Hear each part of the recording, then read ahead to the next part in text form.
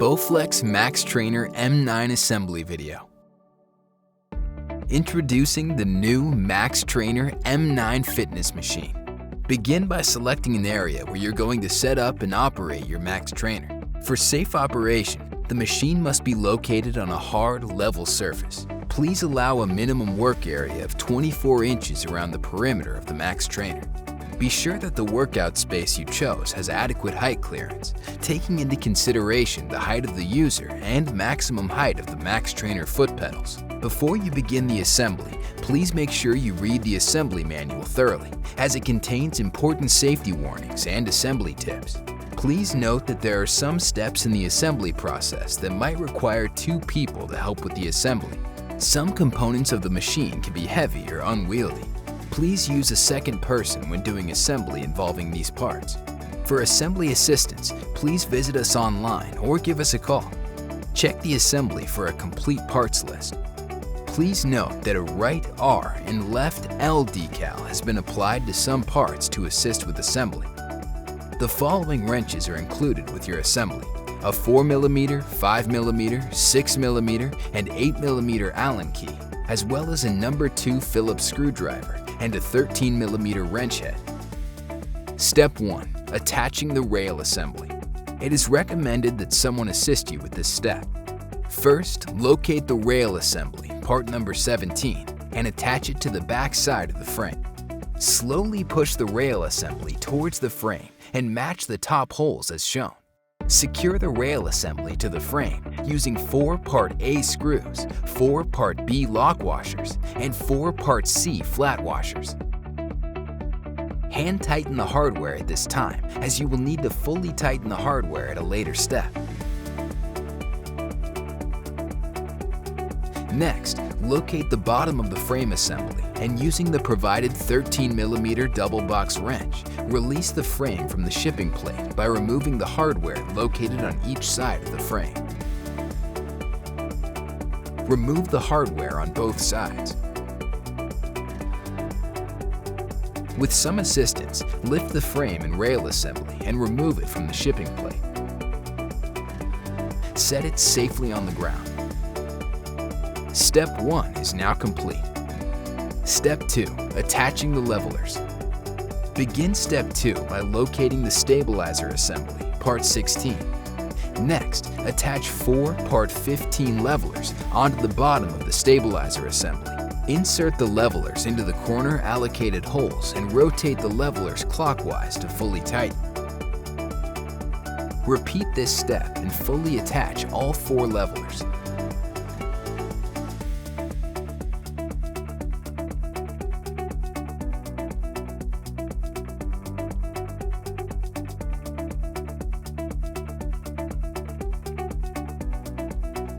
Step 2 is now complete. Step 3. Attaching the frame and rail assembly. It is highly recommended that someone assist you with this step. Begin Step 3 by carefully lifting the frame and rail assembly and placing it on top of the stabilizer assembly. Slowly slide the frame assembly down into place, matching the bottom frame holes to the top holes of the stabilizer assembly. Next, loosely attach the frame assembly by using 4 Part D screws and 4 Part E washers. Insert each screw and hand tighten only.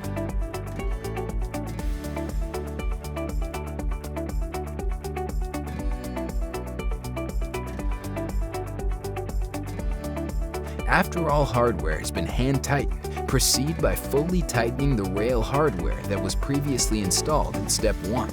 By using the provided 8mm Allen key. After the rail hardware has been fully tightened, now fully tighten all the screws that fasten the base and rail assembly to the stabilizer.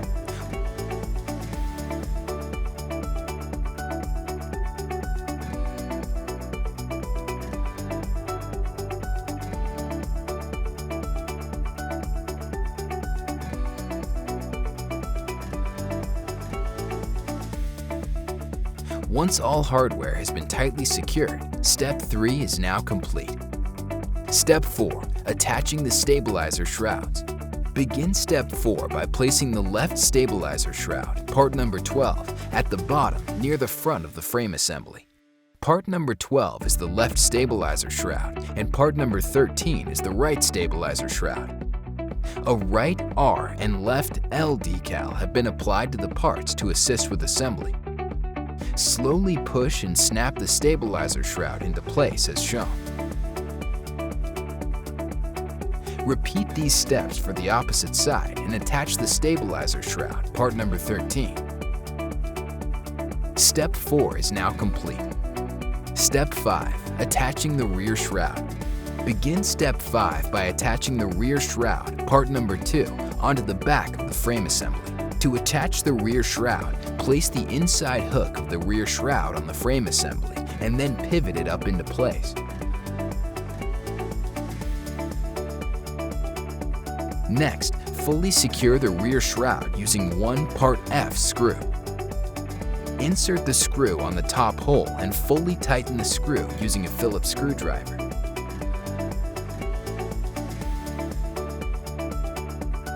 Next, attach one part 18 cap on each side of the frame assembly. Gently push the cap into position and repeat this step for the opposite side.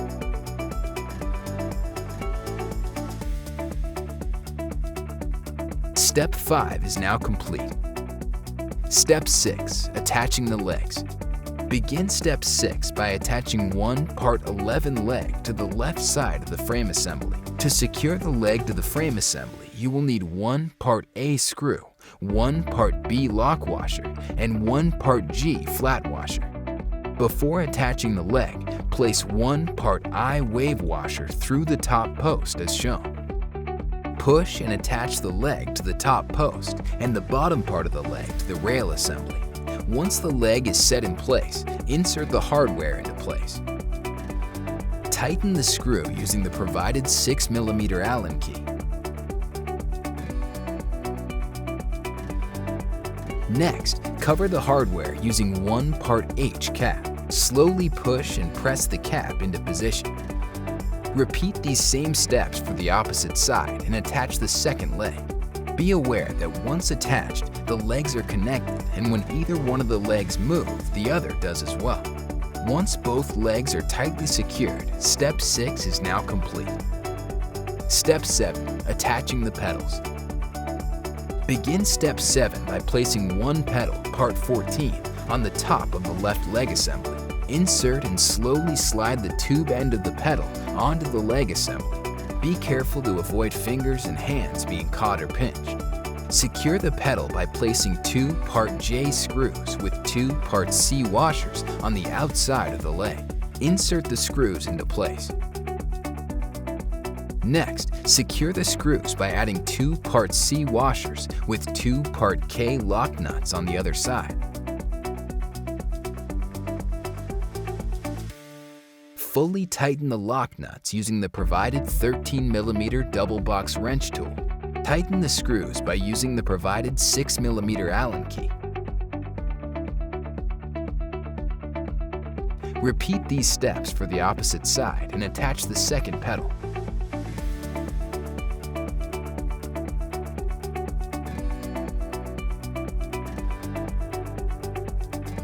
Once both pedals are fully secured, Step 7 is now complete. Step 8, attaching the foot platforms. Begin Step 8 by placing one foot pad, part 5, onto the left pedal. Slowly lower and insert the pad into place. Next, secure the foot pad using 4 part L screws.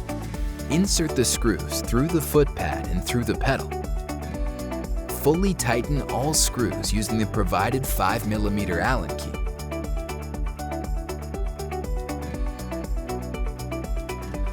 Next, place the foot pad insert, part 4, onto the foot pad. Slightly press the foot pad insert into place. Finally, insert the front foot pad insert, part 3, into the front of the pedal assembly. Gently clip the front foot pad insert into place. Repeat these steps for the opposite side and attach the second foot platform.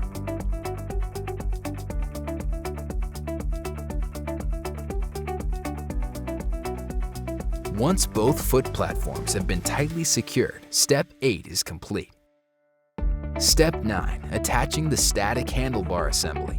Begin Step 9 by locating the zip tie located on the inside of the top frame assembly. Using scissors, cut the zip tie. Do not let the cables drop into the frame assembly, and take care not to cut or crimp the console cables. Next, place the static handlebar assembly, Part 10, on top of the frame assembly. Before attaching the assembly, connect the static handlebar assembly cables with the frame assembly cables. Be sure to fully connect the cable connectors. The connectors should easily connect when inserted correctly. Once all cable connectors are connected, slowly insert the static handlebar assembly into the frame assembly without crimping the cables. Secure the inside of the assembly using 2 Part N screws, 2 Part N lock washers, and 2 Part O flat washers. Hand tighten the screws for now. Repeat these steps for the outside of the frame assembly and hand tighten 2 more Part N screws, 2 Part N lock washers, and 2 Part O flat washers. Fully tighten the hardware using the provided 5mm Allen key. Repeat these steps for the opposite side and fully tighten all hardware.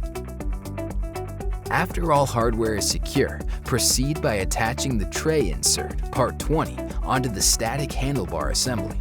Slowly insert the tray into place as shown. Step 9 is now complete. Step 10. Attaching the console assembly.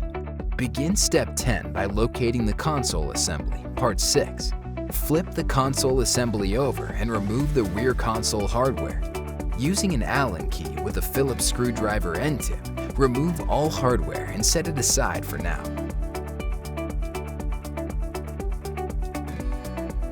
Next, take the console assembly and place it onto the static handlebar. Before mounting the console assembly, connect the cables of the console assembly to the cables sticking out of the static handlebar. Do not cut or crimp the cables. Each cable connector has a corresponding end connector. Be sure to fully connect the cable connectors. Once all cables are connected, mount the console assembly onto the plate located on the static handlebar.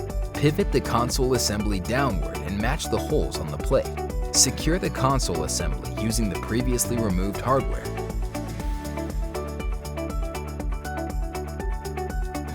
Using an Allen key with a Phillips screwdriver end tip, tighten all screws. Next, locate the rear console cover, Part 7, and attach it to the back of the console assembly. Slowly push it into place.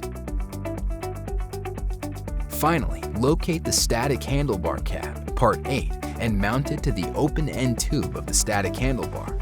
Slowly slide down the cap fully into place. Step 10 is now complete. Step 11. Attaching the upper handlebars. It is recommended that someone assist you with this step. Begin Step 11 by placing the left dynamic handlebar, Part 9, on the left side of the frame assembly. A right R and left L decal has been applied to the parts to assist with assembly. Starting with the left side, secure the dynamic handlebar using 3 Part P screws and 3 Part N lock washers. Slowly push and hold the handlebar into place. Be aware that the pedals and the upper handlebars are connected, and when either of these parts move, the other does as well. Hand tighten all screws for now. Repeat these steps on the opposite side and attach the right dynamic handlebar, Part 19, onto the right side of the frame assembly. Hand tighten all screws for now. Be sure to attach the upper handlebars so that they are in range of operation for the user. Finally, go back and using a 5mm Allen key, fully tighten all screws.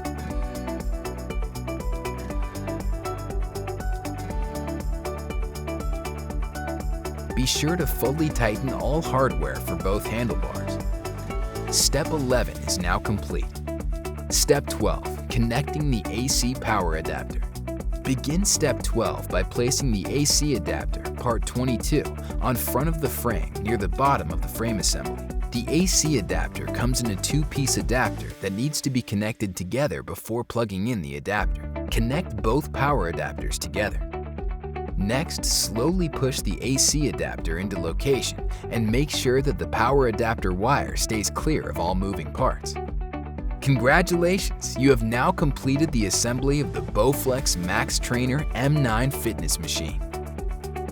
Before using the machine, please make a final inspection. You may now remove any protective covers from the face of the console. Please inspect the machine to ensure that all fasteners are tight and components are properly assembled. Do not use until the machine has been fully assembled and inspected for correct performance in accordance with the assembly manual. Please reference the assembly manual for workouts, troubleshooting, and other program features. Enjoy your new Max Trainer M9 fitness machine. Brought to you by Bowflex.